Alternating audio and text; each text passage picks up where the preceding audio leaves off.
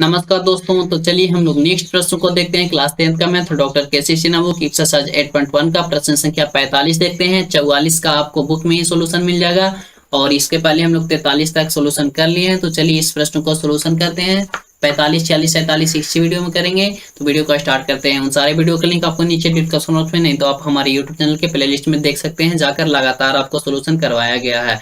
तो चलिए question number 45 का सोल्यूशन करते हैं। देखिए प्रश्न बोल रहा है दिए गए चित्र में BC बराबर 15 है और साइन थीटा बराबर 4/5, तो दिखाएं कि tan square B minus 1 cos square B बराबर -1 है। तो चलिए इसको सोल्यूशन करते हैं। सबसे पहले तो लिखेंगे सोल्यूशन। हमारा यहाँ पे फिगर से कोई मतलब नहीं, क्योंकि यहाँ पे साइन बी बराबर दिया हुआ है 4/5। तो यहाँ पे लिख सकते हैं आप साइन बी बराबर 4/5, तो लिख सकते हैं। अब साइन थीटा की जगह पे भी है, तो इसका फॉर्मूला होता है P/H। तो P/H बराबर 4 हो जाएगा हमारा 5, ठीक है ना। अब यहाँ से P का वैल्यू निकालना चाहेंगे तो 4 हो जाएगा और H का वैल्यू यहाँ पे निकालना चाहेंगे तो 5 हो जाएगा। तो यहाँ से B का भी वैल्यू हम लोग निकाल लेंगे। तो B बराबर हम लोग फॉर्मूला जानते हैं √H² और माइनस का P² तो P² हो गया। अब B बराबर यहाँ पे हो जाएगा √H का वैल्यू यहाँ पे कितना 5, 5 का स्क्वायर 25 और माइनस P का वैल्यू 4, 4 चौको कितना हो गया 16। यहाँ से B बराबर हो जाएगा क्या 9 और इसको निकालेंगे बाहर तो B बराबर आ जाएगा 3, यानी कि B का भी वैल्यू हमारा आ गया। अब यहाँ पे इतना बराबर इतना सिद्ध करना तो यहाँ पे लिख सकते हैं LHS बराबर यहाँ पे हमारा दिया हुआ है tan स्क्वायर B और माइनस 1 क्या है यहाँ पे क्या है 1/cos स्क्वायर बी। तो इसको हम लोग सोल्यूशन करते हैं। तो tan थीटा का फॉर्मूला होता है P/B का स्क्वायर हो जाएगा माइनस यहाँ पे 1 है तो 1 हो जाएगा और बट्टा यहाँ पे cos का फॉर्मूला होता है B/H, तो B/H का स्क्वायर हो जाएगा, ठीक है ना। यहाँ पे इक्वल टू यहाँ से P का वैल्यू कितना है तो P का वैल्यू यहाँ पे रख देते हैं। P का वैल्यू है 4 और 4 का स्क्वायर हो जाएगा तो 16। B का वैल्यू कितना है तो B का वैल्यू 3, 3 का स्क्वायर करेंगे तो 9। अब यहाँ -1 यहाँ पे वैल्यू रख देते हैं। B का वैल्यू यहाँ पे 3, 3 का स्क्वायर करेंगे तो 9 और बटा H का वैल्यू 5, 5 का स्क्वायर करेंगे तो 25। अब यहाँ से बराबर 16/9 माइनस, देखिए अब ये गुना में, तो इसको भाग में जब चेंज करते हैं तो नीचे वाला ऊपर और ऊपर वाला नीचे हो जाता है। तो देखिए 25 को ऊपर ले जाएंगे और 1 से गुना करेंगे तो आएगा हमारा 25 ही। और देखिए यहाँ पे 9 है और नीचे में इसके नीचे भी तो 1 ही होगा, तो 9 में 1 से गुना करेंगे तो 9 हो जाएगा, यानी कि उलट जाता है। जैसे ही हम लोग इसको भाग को गुना में चेंज करते हैं मतलब उसी टाइम उलट जाता है, उल्टा हो जाता है। अब देखिए 9, 9 का एलसीएम लेंगे तो 9 आएगा, यहाँ भागा देंगे 1, 1 में 16 से गुना होगा तो 16 और माइनस यहाँ भागा देंगे तो 1, 1 में 25 से गुना होगा तो आएगा 25। यहाँ पे घटाएंगे तो आपका -9 आएगा। माइनस क्यों आएंगे क्योंकि 25 बड़ा है, इसके पहले माइनस लगा हुआ है, तो -9/9 हो गया। अभी 9 से 9 एक मतलब कट गया और बराबर में -1 हमारा आ गया, जो कि हमारा RHS में -1 ही लाना था। तो ये आ गया आपका RHS के बराबर। तो आप लोग लिख सकते हैं एक बार नीचे में, इसलिए LHS बराबर RHS। प्रूव ये हो गया हमारा, तो यही हम लोग को प्रूव करना था, तो ये हमारा हो गया। चलिए हम लोग नेक्स्ट देखते हैं। क्वेश्चन नंबर 46 बोल रहा है दिए गए चित्र में 3 tan theta -2 sin alpha plus 4 cos alpha का मान ज्ञात करना है। यहाँ पे एक चित्र दिया हुआ है और इसका नामकरण भी किया गया है। यहाँ पे इसका नाम है P, इसका नाम है Q और इसका नाम है R और इसका नाम है S।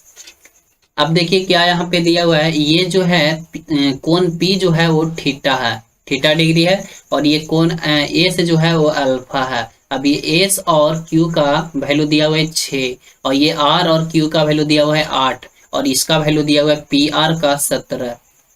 तो अब हम लोग को इसमें मान ज्ञात करना है। तो सबसे पहले लिखेंगे सॉल्यूशन। अब उसके बाद देखिए यहाँ पे 2 त्रिभुज बन रहे हैं। ये जो हो गया Q जो है वो 90 डिग्री है। अब देखिए यहाँ पे 2 त्रिभुज बन रहा है, एक तो बड़ा वाला बन रहा है, क्या बन रहा है PQR, एक PQR बन रहा है, एक बन रहा है SQR। तो सबसे पहले हम लोग क्या करते हैं SQR, यानी कि सबसे पहले छोटे वाले में काम करते हैं। तो लिख सकते हैं चूंकि त्रिभुज SQR में हम लोग काम करते हैं। सबसे पहले SQR में हमारा वैल्यू यहाँ पे दिया हुआ है, एंगल Q बराबर दिया हुआ है, एंगल Q बराबर जो है ये 90 डिग्री है, तो ये हो गया हमारा 90 डिग्री।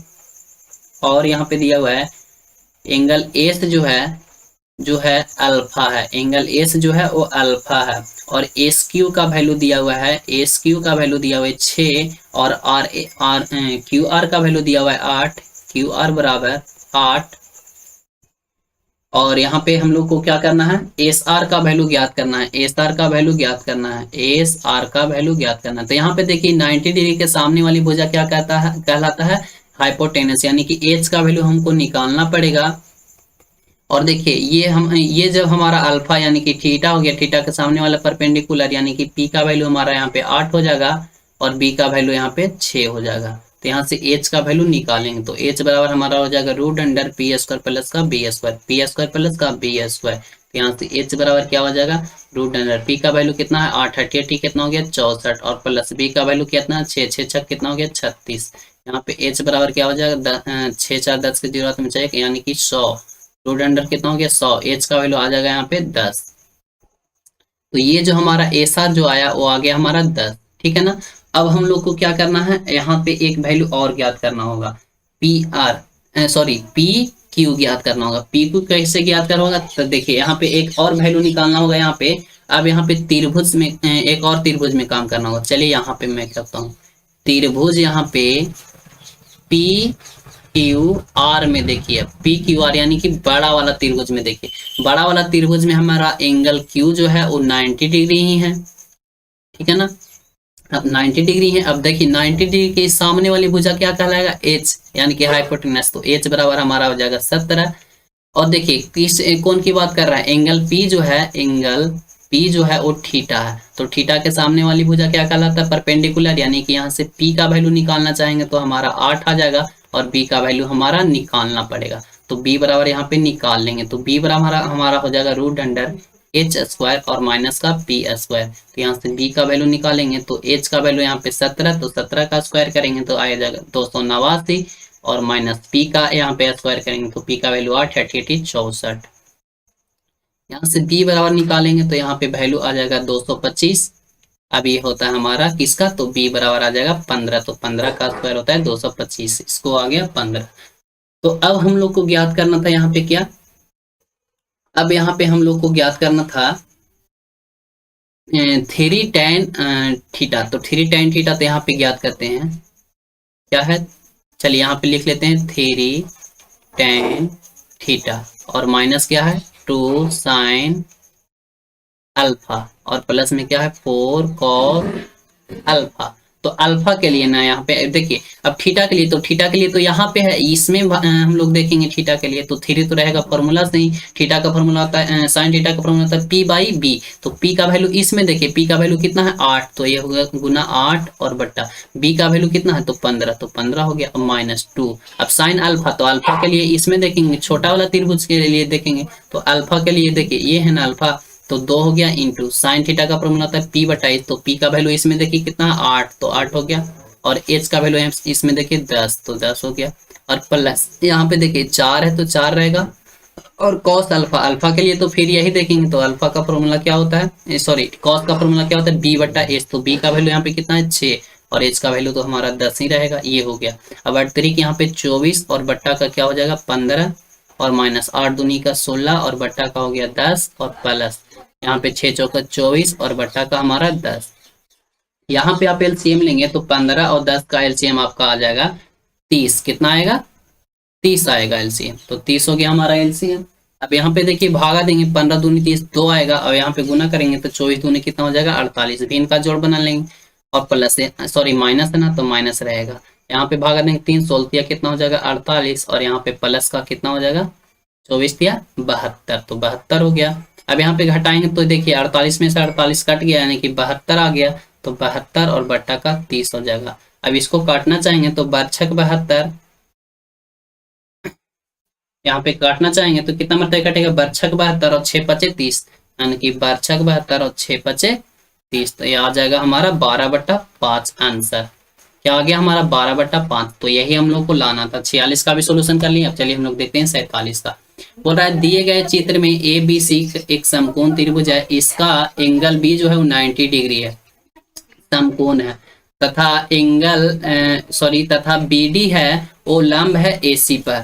तो कॉस थीटा और कॉट थीटा का कॉट अल्फा का मान ज्ञात करना। तो सबसे पहले फिगर को यहाँ पे हम लोग छाप लेते हैं। फिगर में हमारा यहाँ पे छापा हुआ है तो इसका नामकरण कर लेते हैं। हमारा यहाँ पे बी, देखिए ये जो है ए है, ये है ए और ये है बी, ये है बी और ये है हमारा सी, ठीक है ना। अब यहाँ पे एंगल ये बी जो है वो अल्फा है और एक और क्या है एंगल बी जो है वो थीटा है, तो ये थीटा हो गया। अब ये जो है डी, डी जो है वो 90 डिग्री है, ठीक है ना। और इसका वैल्यू दिया हुआ है बी सी का 5 और बी ए बी का दिया हुआ है 12। अब हम लोग को इसका वैल्यू ज्ञात करना, तो देखिए यहाँ पे सबसे आसान प्रश्न है ऐसा ऐसा, सिर्फ थोड़ा सा दिमाग लगाना। सबसे पहले लिखेंगे सॉल्यूशन। अब त्रिभुज ए बी सी में देखेंगे, त्रिभुज ए बी सी, तो कहाँ ए बी सी, यानी कि बड़ा वाला त्रिभुज में सबसे पहले देख लीजिए। तो बड़ा वाला त्रिभुज में यहाँ पे लिख लीजिए आप त्रिभुज ए बी सी में। वीडियो थोड़ा सा लंबा होगा कोई दिक्कत नहीं, लेकिन समझिए अच्छे से। एंगल बी बराबर जो है वो 90 डिग्री है, तो 90 डिग्री हो जाएगा। देखिए एंगल बी जो है वो 90 डिग्री है ना, ये बड़ा त्रिभुज के लिए एंगल बी जो है 90 डिग्री हो गया, ठीक है ना। अब यहाँ से देखिए ये जब 90 डिग्री हो गया तो 90 डिग्री के सामने वाले क्या कहलाता है परपेंडिकुलर, यानी कि एच का वैल्यू निकालना चाहेंगे तो एच का वैल्यू तो हमारा कुछ नहीं दिया हुआ है। अब देखिए ये देखिए, अब ये हमारा जो हो जाएगा ये बेस, इसको मान के चलते हैं बेस, यानी कि बी का वैल्यू यहाँ पे मान के चलते हैं क्या 12, बी का वैल्यू यहाँ पे मान के चलते हैं क्या 12। चलिए इसको हम नहीं अभी मानते हैं, इसको रहने देते हैं, इसको इरेज कर लेते हैं। एक तरह से और इसको बना सकते हैं, तो इसको हम उसी तरह से बनाएंगे ताकि आपको भी आसानी हो बनाने में और समझने में। चलिए इसको हम सही से एक बार और, ये एंगल बी जो हो गया वो 90 डिग्री हो गया। अब देखिए यहाँ पे बीसी जो दिया हुआ है, हम यहाँ पे बीसी मान के चलते हैं, बीसी यानी कि ये बीसी जो दिया हुआ है वो 5 दिया हुआ है, और ए बी जो दिया हुआ है, ए बी जो दिया हुआ है वो 12 दिया हुआ है ना, ए बी जो है 12, ये हो गया ना हमारा ए बी 12। अब यहाँ पे ए सी, ए और सी यानी कि इसका वैल्यू हम लोग को पता ही नहीं, तो ए सी बराबर हमारा हो जाएगा 12, ठीक है ना। अब यहाँ पे एक यहाँ पे रूल्स यहाँ पे दिया हुआ है क्या, त्रिभुज ए बी जो है, त्रिभुज ए बी सी जो है वो बी डी सी के क्या है, यहाँ पे क्या है पैरेलल है, यानी कि हो जाएगा त्रिभुज ए बी पैरेलल है किसके, त्रिभुज बी डी सी के, ठीक है ना। तो यहाँ पे अब एक हम हमारा थ्योरम काम करता है, ए बी बटा बी डी बराबर ए सी बटा बी सी, ये आप पढ़े होंगे थ्योरम, ठीक है ना। तो ए बी का यहाँ पे वैल्यू दिया हुआ है कितना 12 और बट्टा, और यहाँ पे बी डी का वैल्यू नहीं दिया हुआ है, तो बी डी का वैल्यू रह जाएगा ऐसे ही, तो बी डी का वैल्यू यहाँ पे रह जाएगा। और ए सी का वैल्यू यहाँ पे दिया हुआ है कितना, ए सी का वैल्यू यहाँ पे दिया हुआ है, ए सी का वैल्यू यहाँ पे कितना दिया हुआ है ए और सी, ए सी का वैल्यू नहीं दिया हुआ है, तो यहाँ पे हम लोग क्या करते हैं, ए सी का वैल्यू तो यहाँ पे दिया हुआ ही नहीं, तो इसको निकालना पड़ेगा ना। जी हाँ, यहाँ पे एसी का वैल्यू निकालना पड़ेगा, तो निकालिएगा तो आपका आएगा 13, कितना आएगा 13, क्योंकि 5 और 12 एच का वैल्यू निकालेंगे तो 13 का स्क्वायर 169 और 5 का 125, तो दोनों क्या हो जाएगा जुड़ जाएगा, तो आ जाएगा आपका कितना 169 आ जाएगा। 12 का स्क्वायर 144 जो होता है ना, तो उसको जोड़िएगा तो 169 आ जाएगा, निकालिएगा तो 13 आ जाएगा, तो 13 आ गया। और बट्टा का यहाँ पे कितना हो जाएगा 5 तो दिया हुआ है हमारा बीसी का वैल्यू। अब यहाँ से निकालेंगे तो क्या आ जाएगा बीडी का वैल्यू निकालेंगे, तो बीडी का वैल्यू आ जाएगा 12 पचे 60 बटा 13, तीसरा तीसरे गुना हो जाएगा, तो बीडी बराबर हमारा आ जाएगा 12 पचे 60 और बट्टा का आ जाएगा 13, ठीक है, ये हमारा आ जाएगा। अब यहाँ पे एक बार और क्या है, त्रिभुज ए बी सी जो है, त्रिभुज ए बी सी जो है वो सिमिलर है किसके, त्रिभुज ए डी बी के, ए डी बी के। तो यहां से भी एक थ्योरम आ जाएगा, ए बी बटा क्या आ जाएगा ए डी और बराबर का आ जाएगा ए सी बटा ए बी। ये आप लोग थ्योरम पढ़े होंगे, नहीं पढ़े तो कोई बात नहीं, पढ़ लीजिएगा। अब यहाँ से हमारा वैल्यू हो जाएगा ए बी का 12 और बटा का ए डी का वैल्यू हमको नहीं पता है, तो ए डी बराबर हो जाएगा यहाँ पे, ये हो गया 13, ये तो हमारा हो गया ना पूरा 13 हो गया ना, और ये हमारा दिया हुआ है 12, तो इसका भी वैल्यू निकालना चाहेंगे ए डी बराबर, तो 12 का स्क्वायर कितना होता है 144, कितना हो जाएगा 144 और बट्टा का हो जाएगा 13। अब हम लोग को दोनों का यहाँ पे वैल्यू निकालना होगा। अब देखिए बी डी और ए डी का वैल्यू निकल गया ना, बी और डी, बी डी कहाँ है, बी डी का वैल्यू ये हमारा आ गया कितना 144 बटा 13, और बी ए डी का वैल्यू कितना आ गया, ए और डी का वैल्यू आ गया 144 बटा 13। तो इसको अब हम लोग को निकालना है कॉस थीटा का ना, कॉस थीटा बराबर क्या होता है, बी बट्टा एच होता है। तो बी का वैल्यू यानी कि वही हो जाएगा हमारा क्या, बी डी बट्टा बी सी, बी डी और बट्टा का बी और सी। थीटा ये है तो थीटा के सामने वाले क्या कहलाता है, परपेंडिकुलर, यानी कि बी ई ही ना होगा यार, यही ना होगा। अभी इसका वैल्यू हम लोग निकाल लेंगे। तो बी डी का वैल्यू यहाँ पे दिया हुआ है कितना, बी डी का वैल्यू 5 और गुने 12 और बट्टा का यहाँ पे 12 गुने 12 यानी कि 144। तो हमारा यहाँ पे वैल्यू आ जाएगा 5/12। अब कॉट थीटा का भी इसी तरह से निकाल लेंगे। कॉट थीटा का क्या होता है, कॉट थीटा का एच बाई बी होता है, तो इसका उल्टा हो जाएगा ना, नहीं सॉरी बी बाई पी होता है, तो उसका भी वैल्यू निकाल लीजिएगा। चलिए मिलते हैं नेक्स्ट वीडियो में। आज के वीडियो में समाप्त करते हैं। Thank you so much, best of luck.